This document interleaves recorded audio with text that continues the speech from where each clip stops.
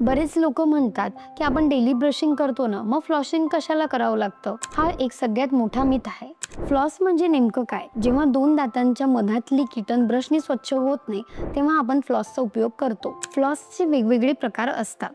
एक असतं wax floss, non wax floss, floss पिक्स आणि एक असतं प्रोक्झा ब्रशेस. हा एक फ्लॉस आहे जो वॅक्स्ड आहे आणि हा थ्रेड पद्धतीचा आहे. हा आपण इथून कट करायचा, प्रत्येक वेळी फ्रेश फ्लॉस यूज करायचा. हा 2 बोटांच्या मध्ये रोल करायचा आणि 2 दातांच्या मध्ये गॅपमध्ये हा टाकायचा. जेव्हा आपण हा फ्लॉस दातमध्ये टाकतो, दाताला चिपकून हा फ्लॉस बाहेर करायचा.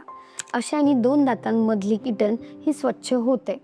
जर आपण नियमित फ्लॉस नाही केला तर आपल्या हिरड्या सुजू शकतात, तिथे किटन जमा राहू शकते आणि तोंडाची दुर्गंधी येऊ शकते.